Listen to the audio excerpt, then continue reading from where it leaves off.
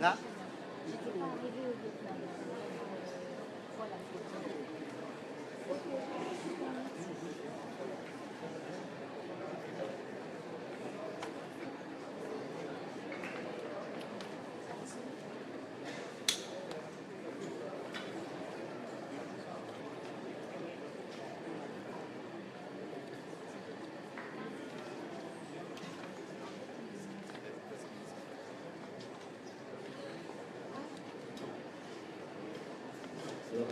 Kính thưa đại biểu, chúng tôi xin nói lại cách sử dụng tai nghe miễn dịch tại ghế ngồi của quý vị.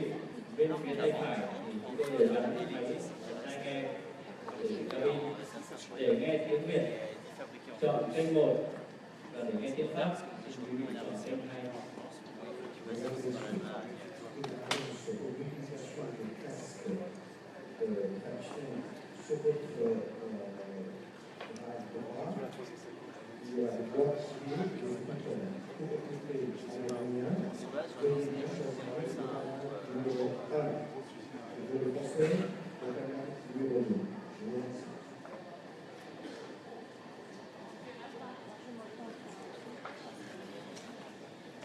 Đi vào đây.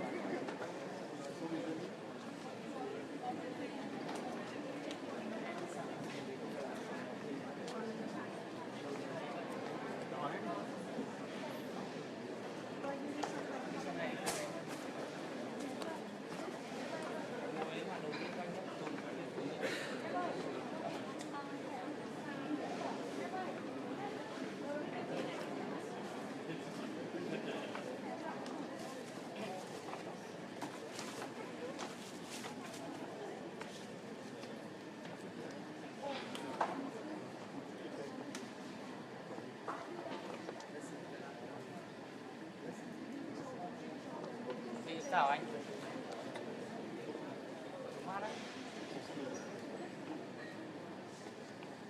Anh thu kênh gì đấy ạ?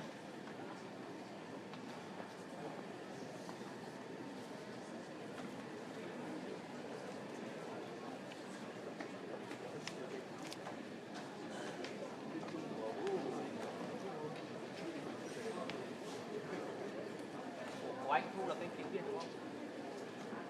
Của anh đang ghi âm vào kênh tiếng Việt đúng không? Tiếng Việt đúng không ạ?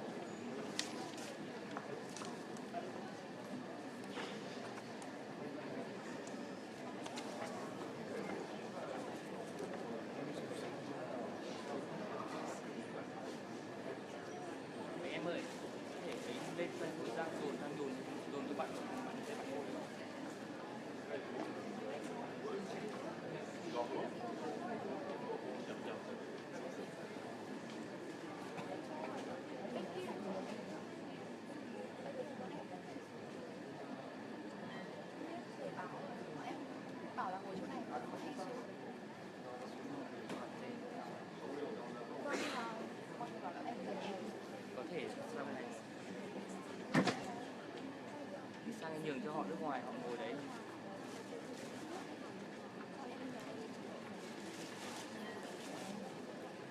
Kính thưa các vị khách quý, kính mời các quý vị đứng dậy để đón Tổng thống nước Cộng hòa Pháp ngài François Hollande và Giám đốc Đại học Quốc gia Hà Nội Nguyễn Kim Sơn.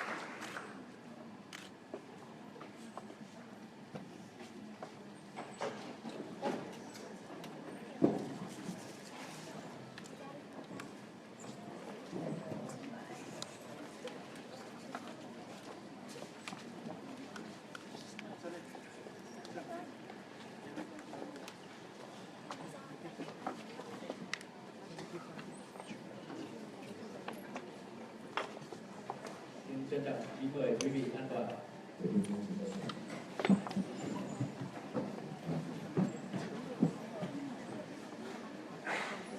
Xin trân trọng kính mời ông Nguyễn Kim Sơn, Giám đốc Đại học Quốc gia Hà Nội lên phát biểu chào mừng.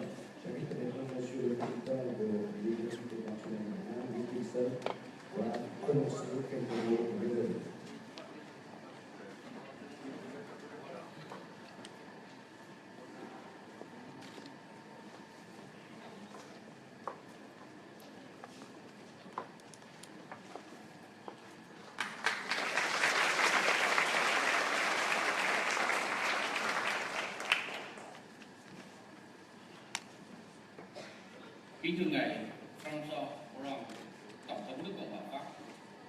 Kính thưa các quý vị đại biểu, các vị khách quý, các thầy cô giáo và các em sinh viên thân mến.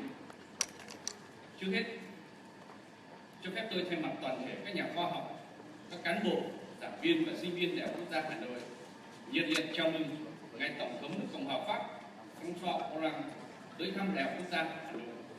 Đây là một vinh dự to lớn đối với chúng tôi. Chúng tôi nhìn nhận chuyến thăm lần này của Tổng thống François Hollande tới Đại học Quốc gia Hà Nội có ý nghĩa quan trọng, đánh dấu bước phát triển mạnh mẽ và mở ra nhiều triển vọng hợp tác trong lĩnh vực giáo dục đào tạo giữa hai nước.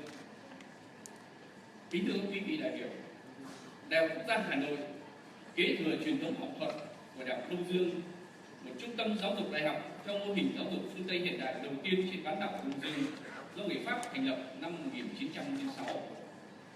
Bằng những nỗ lực không mệt mỏi của các thế hệ cán bộ, giảng viên và sinh viên trong nhiều thập kỷ qua, Đại học Quốc gia Hà Nội đã phát triển trở thành một đại học số 1 của Việt Nam hiện nay. Kính thưa các quý vị, trong những năm vừa qua, Đại học Quốc gia Hà Nội đã xây dựng và duy trì quan hệ hợp tác song phương với nhiều đại học lớn của Pháp như Đại học Bách khoa Paris, Đại học Năng, Đại học Paris, v.v. Cũng nhân dịp này, Đại học Quốc gia Hà Nội và Đại học Bách khoa Paris ký kết thỏa thuận hợp tác và sự hiện diện của ngài Yves Demey, Giám đốc Đại học Bách khoa Paris danh tiếng, là minh chứng sống động về sự hợp tác hiệu quả giữa Đại học Quốc gia Hà Nội với các đối tác Pháp. Ngoài ra, Đại học Quốc gia Hà Nội cũng đã tham gia tích cực trong các cơ chế, chương trình hợp tác đa phương trong khuôn khổ cộng đồng Pháp ngữ, cơ quan đại học Pháp ngữ, AOF, v.v. Có thể thấy nền tảng vững chắc trong mối quan hệ hợp tác giữa Đại học Quốc gia Hà Nội với các đối tác Pháp bắt nguồn từ mối liên hệ lịch sử giữa Đại học Quốc gia Hà Nội và nền học thuật Pháp. Đại học Quốc gia Hà Nội sẽ tích cực hơn nữa để củng cố mối liên hệ đặc biệt này thông qua việc phát triển các hoạt động hợp tác, đào tạo và nghiên cứu khoa học với các đại học Pháp. Qua đó, không chỉ góp phần thúc đẩy hợp tác trong lĩnh vực giáo dục đại học giữa Việt Nam và Pháp, mà còn làm cầu nối văn hóa, giáo dục, khoa học Á-Âu. Tôi tin tưởng rằng chuyến thăm của ngài Tổng thống Pháp sẽ kết nối quá khứ và tương lai, mở ra nhiều cơ hội hợp tác mới, tạo đà cho bước phát triển vượt bậc trong mối quan hệ Việt Pháp nói chung giữa Đại học Quốc gia Hà Nội với các đại học Pháp nói riêng. Xin kính chúc sức khỏe ngài François Hollande, chúc chuyến thăm Việt Nam của ngài thành công tốt đẹp. Xin trân trọng cảm ơn.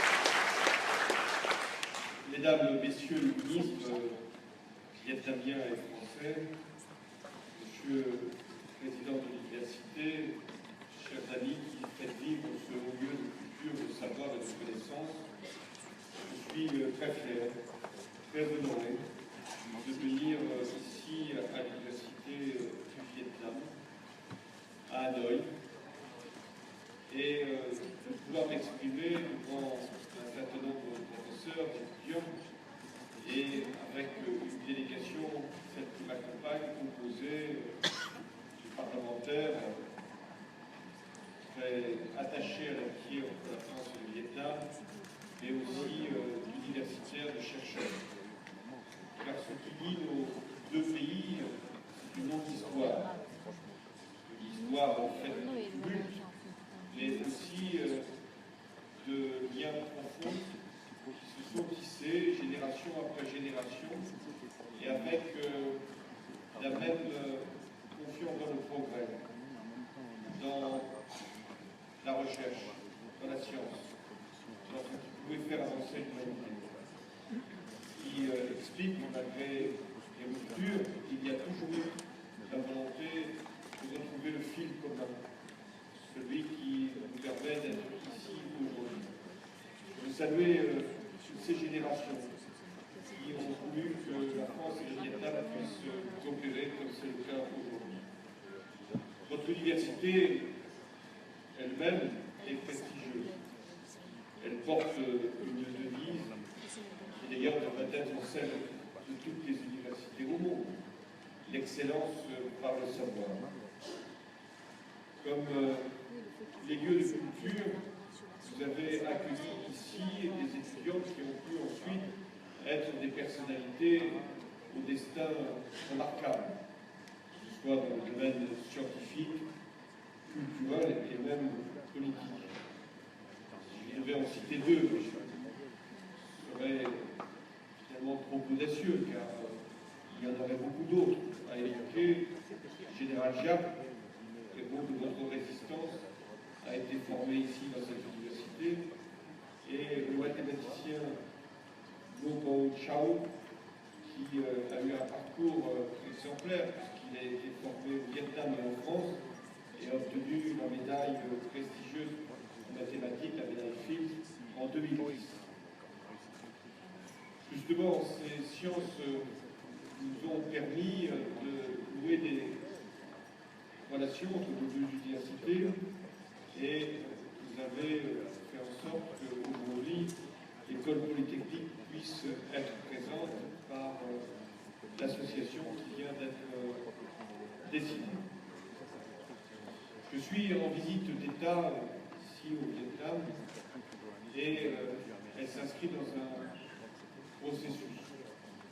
Il y a d'abord eu en 1993 la visite de François Mitterrand, qui a voulu, après les événements, après les accords qui avaient été signés, que la réconciliation puisse être scellée et que les pages soient regardées sans être effacées. Et ensuite, Jacques Chirac est venu 2 fois ici au Vietnam. Et cela faisait 12 ans. Le président de la République française n'était pas venu en visite d'État, et donc je voulais ici, par ma présence, ouvrir encore une nouvelle étape à travers le partenariat stratégique que nous avons conclu sous mon autorité. C'était en 2013, partenariat stratégique qui joue le Vietnam et la France,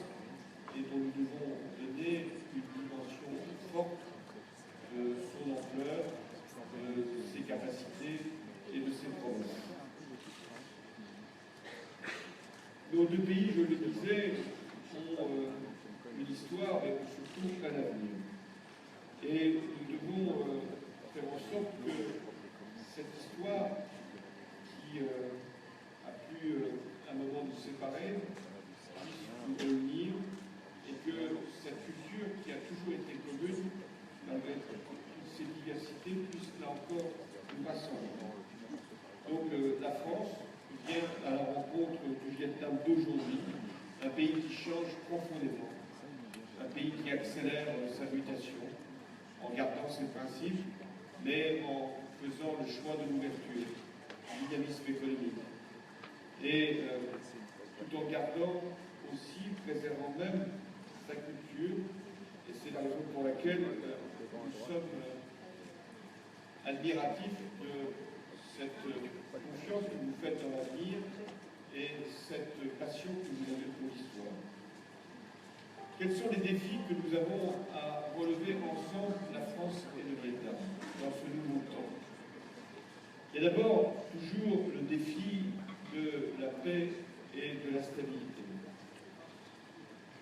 La France, vous le savez, a été victime d'attaques terroristes ces derniers mois, même ces dernières années.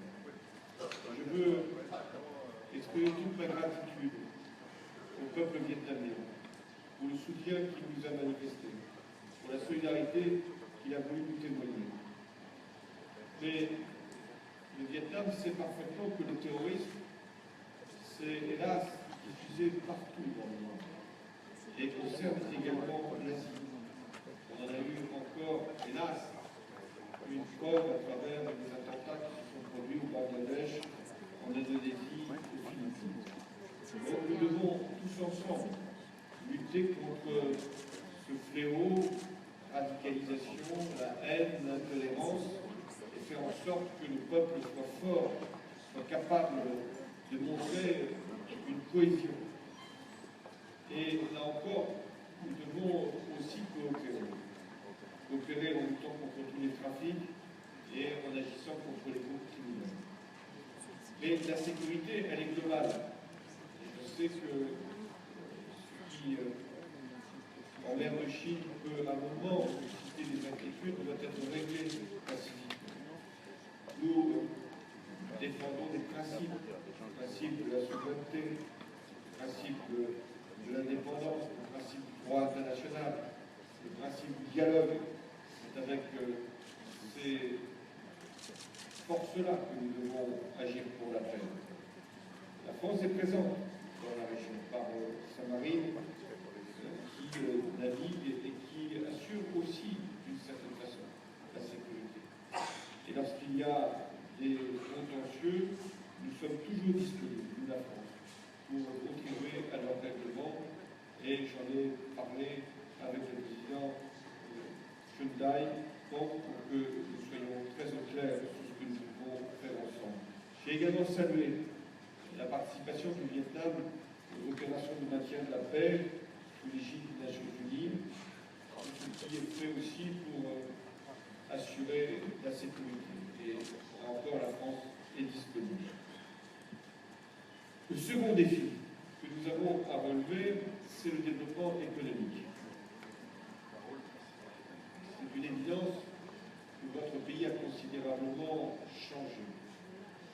Dans les années 80, la question qui était posée aux Vietnamiens, c'était comment se nourrir. Et aujourd'hui, le Vietnam est devenu une des premières puissances agricoles du monde. L'industrie s'y développe, mais pas simplement dans ces secteurs traditionnels, y compris dans les nouvelles technologies. De la même manière, le Vietnam, qui pouvait être regardé comme un pays fermé, s'est considérablement ouvert et exporte dans le monde. La production intérieure brute du Vietnam a été multipliée par 15 en 30 ans. Et la pauvreté a considérablement reculé. Le Vietnam, qui est dans une zone qui est déjà dynamique, est un des pays qui connaît une activité particulièrement soutenue. Et vous avez voulu cette ouverture. Vous l'avez voulu en devenant membre de l'ASEAN, vous l'avez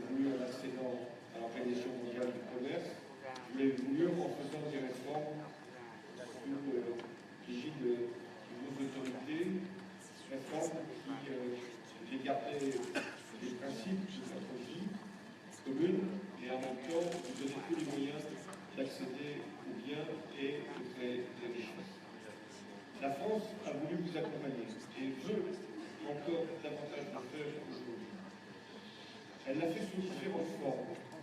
D'abord, lorsque vous étiez dans la situation d'être un pays en développement ou un pays émergent, en maintenant un effort en votre direction au titre de l'aide publique au développement, et cet effort ne s'est jamais interrompu. Et aujourd'hui, le Premier ministre vietnamien m'a demandé qu'est-ce que nous allions faire, parce que le Vietnam a franchi des étapes très importantes, est-ce que nous allions remettre en cause notre soutien? Non.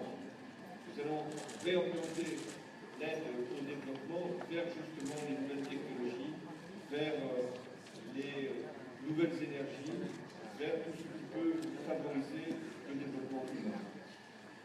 Nous sommes également conscients qu'une vraie coopération, ce n'est pas simplement vendre des produits ou implanter des entreprises, c'est construire les bases même de ce qui peut lier des pays et lier des sociétés. D'où l'importance que nous attachons à la formation, à l'éducation et à la mobilisation de la recherche scientifique. De même que nous sommes très attentifs à la construction de l'état de droit, et d'ailleurs ce matin, nous avons aussi signé avec le président un certain nombre d'accords qui vont dans cette direction. Nous avons voulu qu'il y ait des programmes qui puissent servir de référence. La France a toujours cette prétention de vouloir être exemplaire. Mais d'une certaine manière, cette prétention l'oblige à justement montrer que nous avons une forme d'engagement qui ne ressemble à aucune autre. Et c'est la raison pour laquelle nous avons ouvert un centre culturel à Hanoï. Nous avons favorisé la création d'un centre de gestion franco-vietnamien, première école de management, on dit la meilleure école de commerce de la région, présente aussi bien à Hanoï qu'à Ho Chi Minh. Sur ces bases-là, nous encourageons nos entreprises à venir investir au Vietnam. Elles sont déjà au nombre de 300 et emploient plus de 30 000 personnes. Nous avons là encore voulu accélérer le processus à l'occasion de cette visite. Et des accords importants ont été signés pour l'aéronautique, puisque le Vietnam nous fait cette confiance dans la qualité de nos appareils. Nous avons aussi une coopération en matière de transport, de mobilité, de métro. Nous voulons que les villes du Vietnam puissent être aménagées de la meilleure façon, garder là encore leur centre historique, garder ce qui fait leur caractéristique et en même temps avoir toutes les conditions d'un aménagement durable réussi. Nous voulons également montrer la voie en matière de partage de technologies. Nous avons proposé des satellites aux amis du Vietnam et nous voulons à chaque fois que nous pouvons offrir la meilleure performance technologique, la mettre à la disposition du Vietnam. C'est vrai que pour être une économie ouverte, il faut revenir sur un certain nombre de barrières tarifaires, non tarifaires, qui quelquefois empêchent qu'il y ait autant d'échanges que nous souhaitons. C'est la raison pour laquelle, si la France est très vigilante sur les accords commerciaux et a des principes qui sont fondés sur la réciprocité, sur la diversité culturelle, sur également le respect des normes sociales et des normes environnementales, nous avons appuyé l'accord entre l'Union européenne et le Vietnam qui aboutira en 2025 à supprimer les droits de douane. Nous voulons également que les start-up, les nouvelles technologies, les nouveaux entrepreneurs puissent au Vietnam trouver des coopérations possibles avec leurs homologues en France. C'est pour ça que nous avons lancé la French Tech Vietnam dans le cadre de cette visite. Ce sera que un certain nombre de jeunes,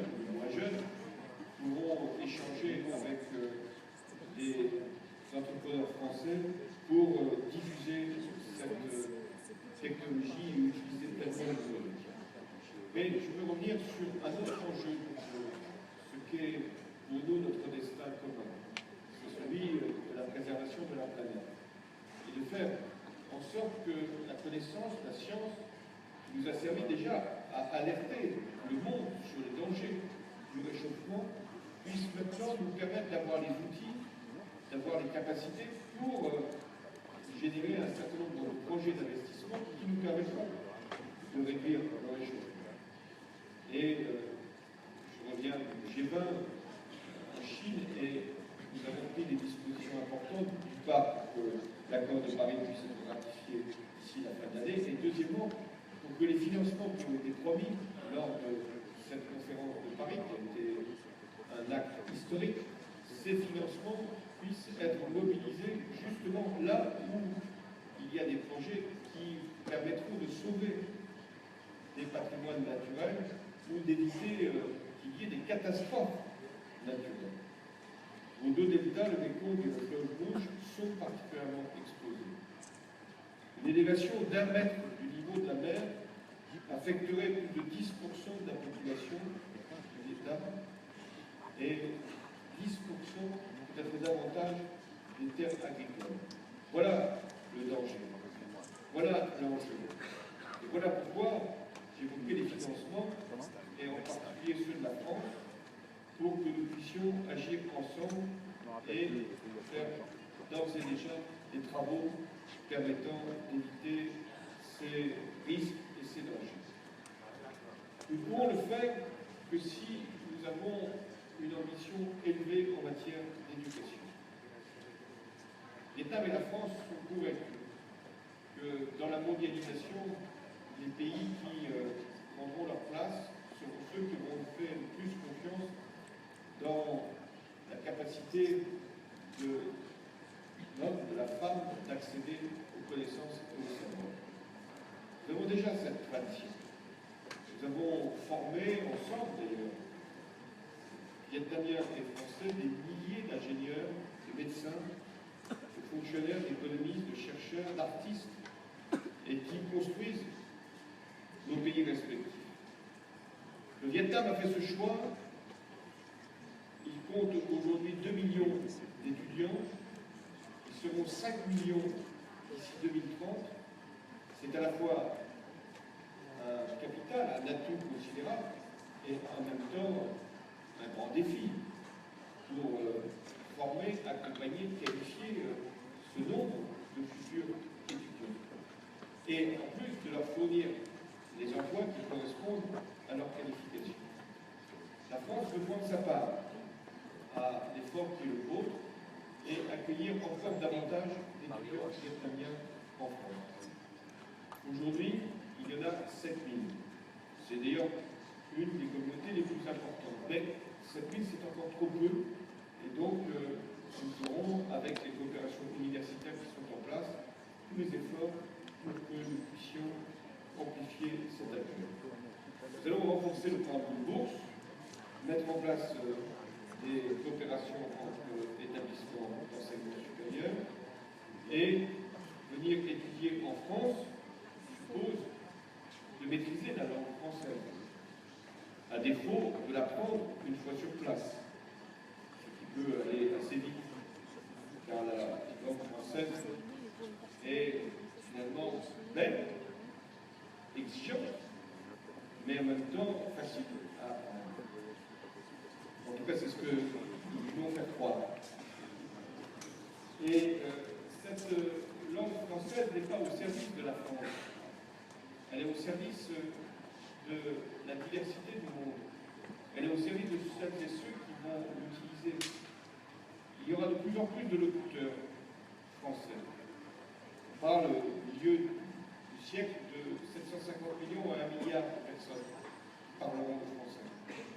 Donc apprendre le français, ce n'est pas simplement être fidèle à une culture, même si c'est déjà très important, c'est porter des valeurs, incontestablement, que représente la France, et c'est aussi prendre sa part, sa place dans la mondialisation, y compris pour acquérir de l'expérience professionnelle.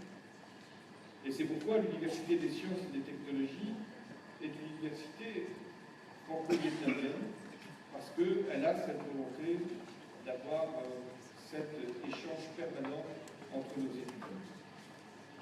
Et au-delà de la langue, au-delà de la culture, au-delà de certaines confiances dans le progrès, nous devons favoriser l'émergence de laboratoires d'excellence. Vous rappelez la devise de votre université, l'excellence. Nous devons la retrouver dans les biotechnologies, dans la biodiversité, dans la chimie, dans les technologies de l'information, dans les sciences humaines et également pour la santé.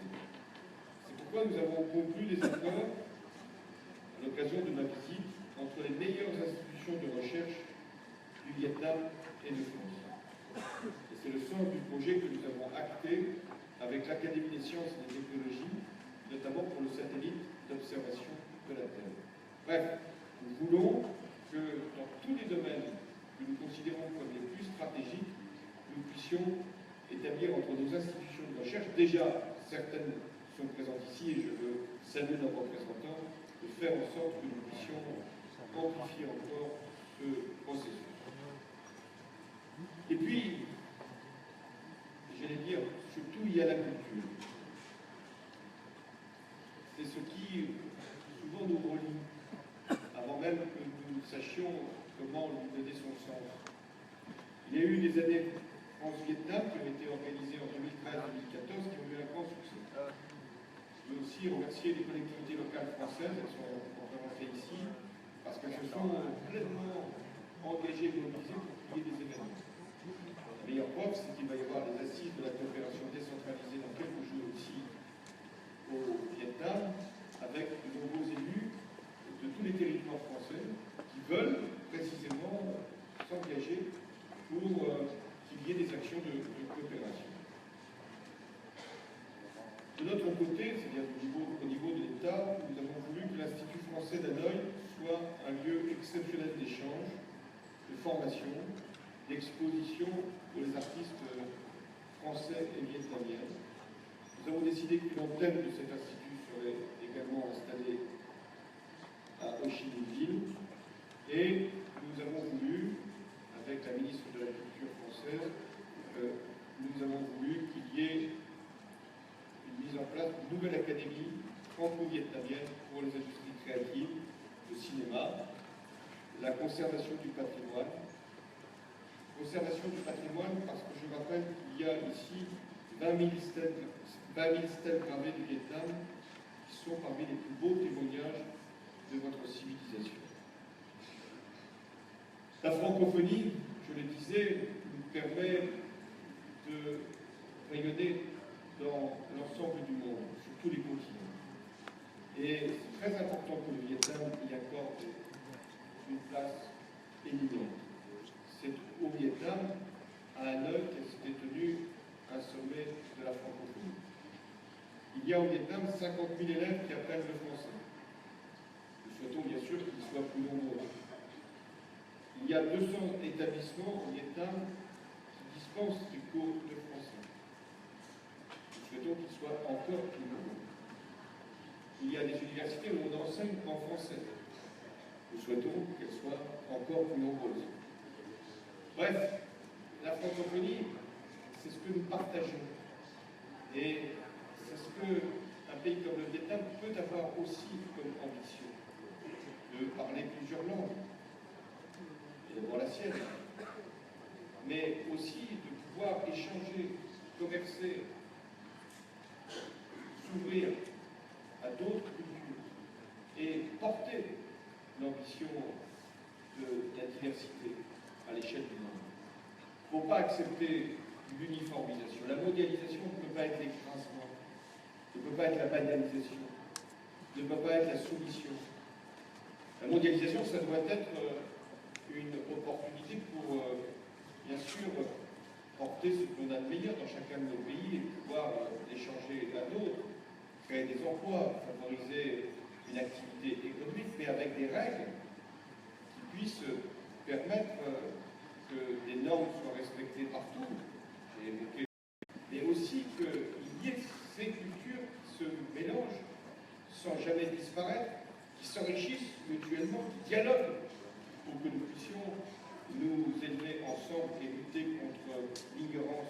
l'intolérance, la barbarie. Voilà pourquoi il est très important de cultiver l'amitié entre nos deux pays, la France et le Vietnam.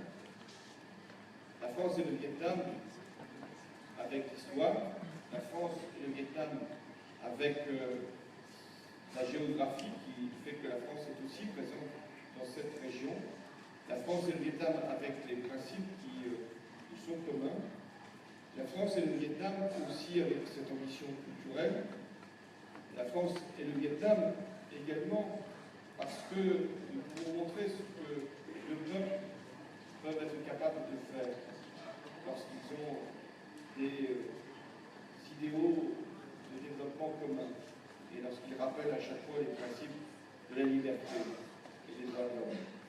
Mais nous n'oublions pas non plus que nous avons 350 000 de nos concitoyens qui sont d'origine vietnamienne et qui sont très émus par le voyage que je fais. Parce qu'ils veulent être, bien sûr, pleinement français, puisqu'ils sont venus vivre en France, mais qui n'oublient rien de leur pays d'origine, qui veulent participer à l'élan commun, qui veulent, là encore, construire cette amitié. C'était le sens ici de ma visite dans cette université. Il n'y a pas plus beau symbole pour dire ce qu'est une amitié que de venir dans un lieu de savoir, de connaissance et de culture. Alors vive le Vietnam, vive la France et vive l'amitié entre nos deux pays. Merci.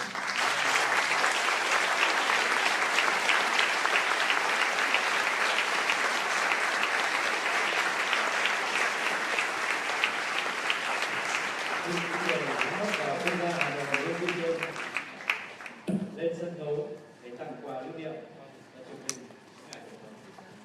J'invite maintenant le président Wilkinson à monter sur scène pour échanger le parole avec le président de la République française.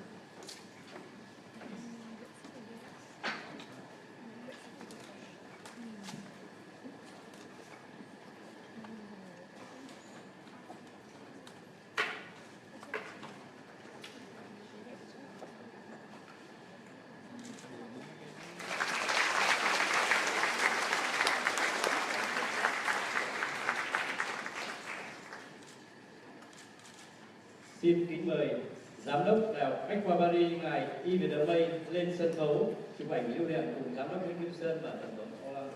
J'invite le directeur général de l'école polytechnique et logistique du Brunei à monter sur scène pour rejoindre le président Sun et le président Hollande.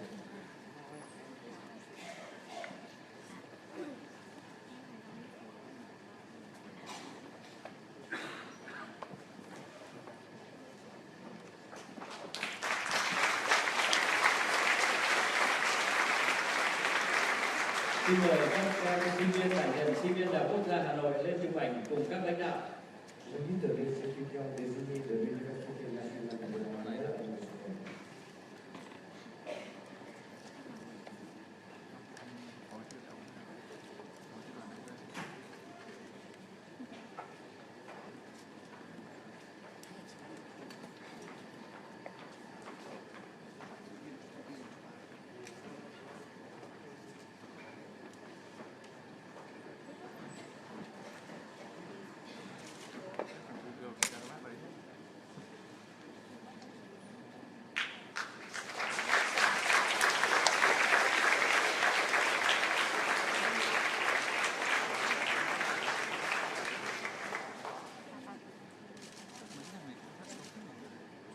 Xin trân trọng cảm ơn ngài Tổng thống và Giám đốc Đại học Quốc gia Hà Nội và Giám đốc Đại học Bách khoa Paris.